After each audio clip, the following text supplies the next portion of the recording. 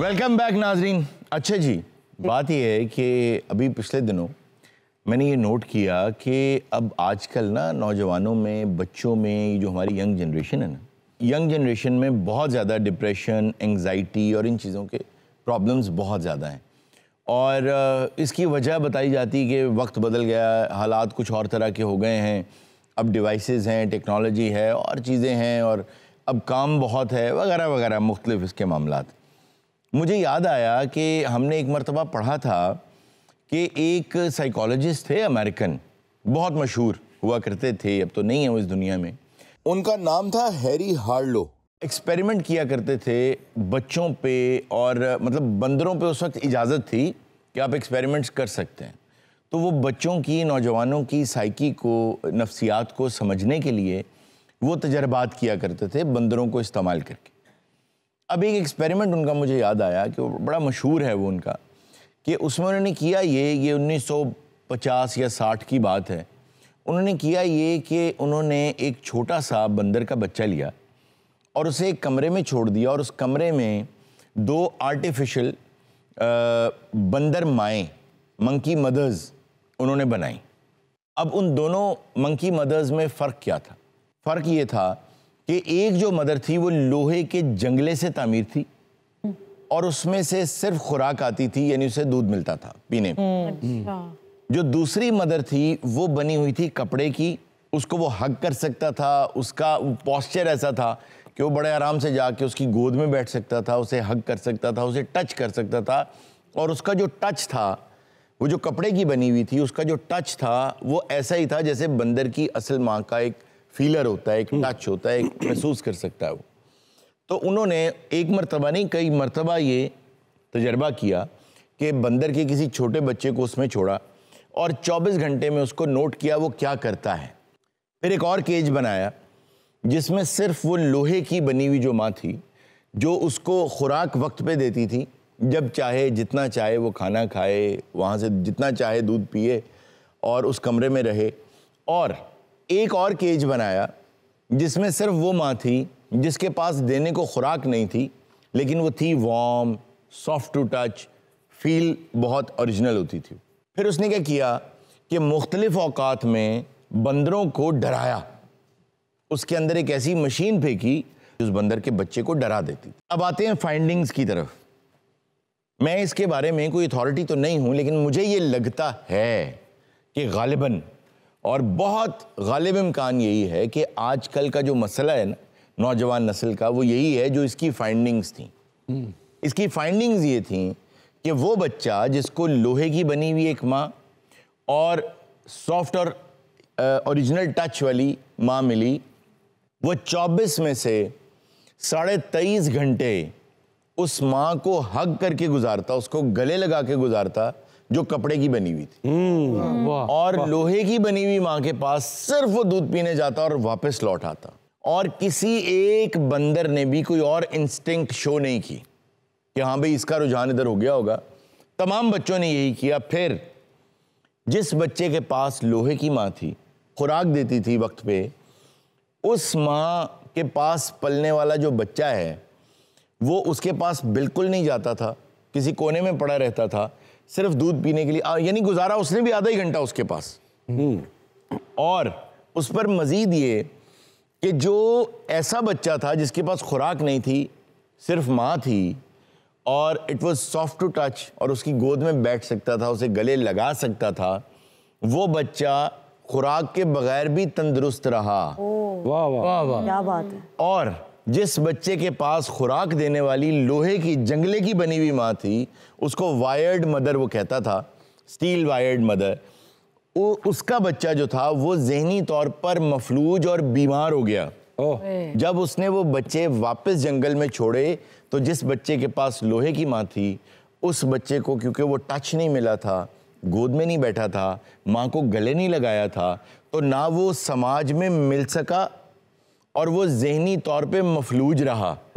अब डराने पे आ जाएं, जिसको डराने के लिए मशीन आती थी वो हमेशा हर दफ़ा भागता था अपनी सॉफ्ट और जो असल टच वाली माँ थी उसके पास, उसको जाके गले लगाता था। हालांकि लोहे की बनी हुई माँ ज्यादा मजबूत थी देखने में, उसके पास नहीं जाता था। जिसके पास अच्छा टच था वो उसके पास जाता था। और वो बच्चे नहीं डरते थे जिनके पास सॉफ्ट माँ थी, वो बच्चे ज्यादा डरते थे जिनके पास लोहे की माँ थी, वो उसके पास नहीं भागते थे। मुझे ये लगता है, ये मेरा ख्याल है कि शायद हमारी गलती है, मैं बच्चों की गलती इसमें नहीं कह रहा, ये शायद हमारी गलती है कि हमने बच्चों को मशीनों के साथ, पैसों के साथ, फूड डिलीवरीज के साथ, तोहफों के साथ, शॉपिंग के साथ, झूलों के साथ समझ लिया है कि हम अपना फर्ज पूरा कर रहे हैं।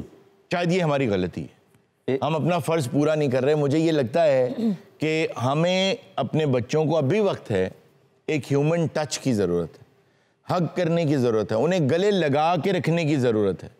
मुझे ये लगता है कि एज पेरेंट्स हम आजकल लोहे के पेरेंट्स बने हुए हैं, वो जो ह्यूमन टच है ना वो मिसिंग है। आखिरी मर्तबा कब हमने अपने बच्चों का, अपने बहन भाइयों का, अपने दोस्तों का हाथ थामा, उन्हें सीने से लगाया, प्यार से एक ह्यूमन टच कब दिया? मुझे ये लगता है कि सबसे बड़ी वजह ये है कि लोहे की माँ का किरदार अदा कर रहे हैं। सही बात। Thank you. इसका मतलब यही हुआ ना कि आजकल बहुत से पेरेंट्स ये बात कहते हैं कि इन्होंने मेरी याद तद आंदी है जब कुछ चाहिए होता है। बिल्कुल सही। इसका मतलब यह है कि वो बच्चों में कोई भी मसला नहीं है, वो पेरेंट्स जो हैं, पेरेंट्स में बहुत खूबसूरत, पेरेंट्स जो है वो वाइड पेरेंट्स हैं। अमानत दे बच्चे जिन्नी देर ਉਹਨਾਂ ਨੂੰ ਲੋਰੀ ਸੁਣਾਉਂਦਾ ਵਾ ਉਹ ਤੜਫਦੇ ਆ, ਰੋਂਦੇ ਆ। ਜਦੋਂ ਇਹ ਚੁੱਪ ਹੁੰਦਾ ਵਾ ਬੱਚੇ ਇੱਕਦਮ ਐ ਕਰ ਰਾਜਾ ਬੱਚੇ ਸਾਹਮਣੇ ਵੀ ਇੰਜ ਕਰਕੇ ਨੇ ਕਿ ਹੁਣ ਨਾ ਗਈ। ਉਹ ਕਹਿੰਦਾ ਅੱਬੂ ਜਿਹੜਾ ਵਾ ਨਾ ਇਹਨੂੰ ਗੱਲ ਨਾਲ ਨਹੀਂ ਲਾਉਂਦਾ, ਉਹਨੇ ਆਪਣੀ ਸ਼ਕਲ ਦਾ ਇੱਕ ਲੋਹੇ ਦਾ ਬਣਾਇਆ, ਕਹਿੰਦਾ उधर। आपको पता है कि अमानत जब घर जाते हैं तो बच्चे जो हैं भाग के जो है ना वो अपनी माँ से लिपट जाते हैं कि डराने वाली मशीन आ गई। सर जी, अभी आप कह रहे थे कि ये डिप्रेशन बढ़ता जा रहा है, एंजाइटी बढ़ती जा रही है, ये बात कहीं सच है कि ये डिप्रेशन और एंजाइटी उमरा का मर्ज है, अमीरों को होता है सिर्फ? अगर किसी को जहन का मसला हो रहा है, नफ्सियाती मसला हो रहा है, तो एक जख्म की तरह है। जख्म क्या होता है कि एक कट लग गया, हो सकता है ठीक हो जाएगा, उसको ड्राई रखें या उस पर कोई मरहम लगाएं, वो ठीक हो जाएगा। अगर ठीक ना हुआ तो क्या होगा? इन्फेक्शन हो जाएगा। जी, इन्फेक्शन उस कट या उस ब्लेड की वजह से नहीं हुआ, इन्फेक्शन उसकी केयर ना करने की वजह से हुआ, लापरवाही। इन्फेक्शन और बढ़ेगा तो क्या होगा? वो नासूर बन जाएगा। तो ये छोटे छोटे मसाइल होते हैं जो बढ़ते बढ़ते बढ़ते बढ़ते जो है ना, जैसे कैंसर बन जाता है, नासूर बन जाता है, तो जहन में एक वक्त आता है कि ये चीज़ें नासूर बन जाती हैं और फिर हम लोग ये कहना शुरू कर देते हैं कि वो आदमी तो पागल है जी। पागल वागल कोई नहीं होता, ये एक मसला होता है, इसकी दवा खाएं आप ठीक हो जाते हैं, या आप किसी माहिर नफ्सियात के पास जाएं आप ठीक हो जाते हैं। मैं आपको अपनी मिसाल देता हूँ। अंधेरे से खौफ आता था जैसे सब लोगों को आता है, और आप यकीन जानिए with in one session, I was a child, मैं बच्चा ही था उस वक्त, विद इन वन सेशन मैं ठीक हो गया। मैं बहुत घबराता था तो लाइट ऑन करके सोता था, तो मैंने उन्हें बताया कि मुझे अंधेरे से बहुत खौफ आता है। अब आप ये सोचें कि वो दवा कर रहे हैं उसकी, लेकिन आपको लगेगा उसने 4 बातें की हैं, पैसे ले लिए। ये 4 बातें मुझसे पूछें, जो मरीज था उससे पूछें कि वो कितनी फ़ायदेमंद थी, क्या कितनी सूदमंद थी मेरे लिए। उन्होंने मुझे कहा कि आपको अंधेरे से खौफ क्यों आता है? तो मैंने कहा अंधेरे से इसलिए खौफ आता है कि अंधेरे में पता नहीं क्या हो जाए। तो उन्होंने मुझे कहा कि कभी ऐसा आपने देखा सुना कि अंधेरे में कुछ हो गया, तो कुछ बुरा हो गया आपके किसी क्लासमेट के साथ या कुछ? मैंने कहा नहीं। तो उन्होंने कहा फिर आपको अंधेरे से खौफ क्यों आता है? तो मैंने कहा क्योंकि सबको आता है। तो उन्होंने कहा कि अगर क्या ये काफ़ी है कि सबको एक चीज़ से खौफ आता है तो आपको भी आना चाहिए? मैंने कहा नहीं, लेकिन अंधेरे में नज़र कुछ नहीं आ रहा होता। तो वो कहने लगे कि जब आप लाइट ऑन करते हैं, कभी आपने ये देखा कि लाइट ऑफ करके और ऑन करके कमरा बदल गया, कुछ भी बदल गया? कभी ऐसा एक्सपीरियंस हुआ? ये मेज़ यहाँ नहीं थी, यहाँ आ गई, लाइट ऑफ करके ऑन की तो जब ऑफ थी तो ये मूव कर गई। वही कमरा होता है, वही चीज़ें होती हैं, आपकी किताबें वहीं पड़ी होती हैं। मैंने कहा हर चीज़ वैसी ही होती है। तो उन्होंने कहा फिर अपने दिल को समझाएं कि रोशनी है या नहीं है, सब कुछ वैसा ही है। जैसा रोशनी में था वैसे ही अंधेरे में भी है। और जब तक आपका कोई तजर्बा नहीं है ऐसा, सिर्फ लोग जो कर रहे हैं, तो वो तो भेड़ चाल है। यकीन जाने उस दिन के बाद आज तक मुझे उस मर्ज से, उस प्रॉब्लम से आराम आ गया, तो इसलिए इसको बिल्कुल यूं ना कर दिया करें, वो कुछ नहीं हो, तेरा मूड नहीं ठीक, ये वो, और कुछ नहीं यार, लोगों ने गल्ला ने, प्लीज ऐसा ना किया करें, ये उस मर्ज को और बढ़ाता है। दो बातें हैं आपकी बात के बाद। जी जी। एक तो ये कि जो लाइट वाला एक्सपेरिमेंट है ना, ये सच नहीं है।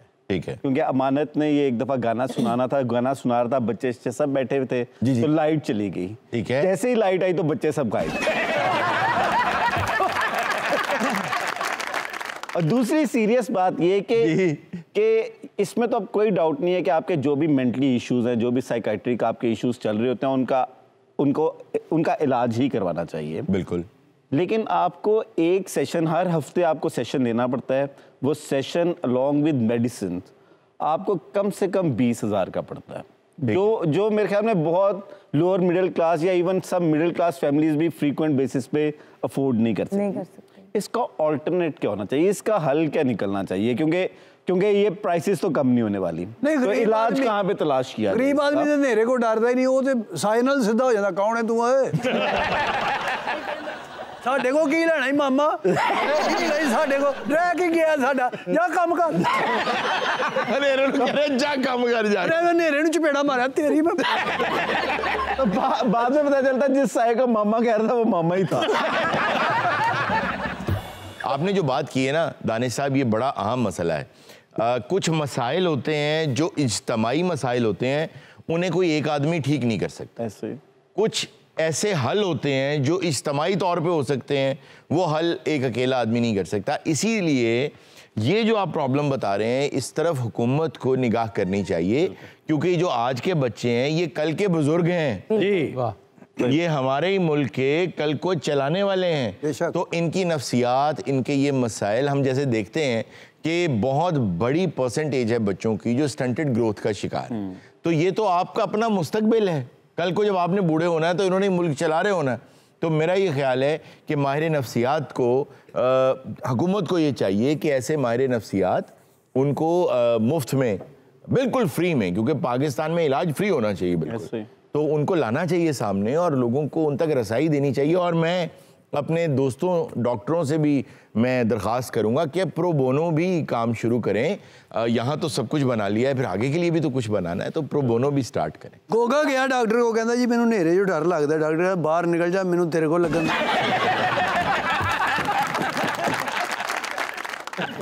नाज़रीन, वक्त छोटे से ब्रेक का, कहीं बजाएगा, मिलते हैं ब्रेक के बाद।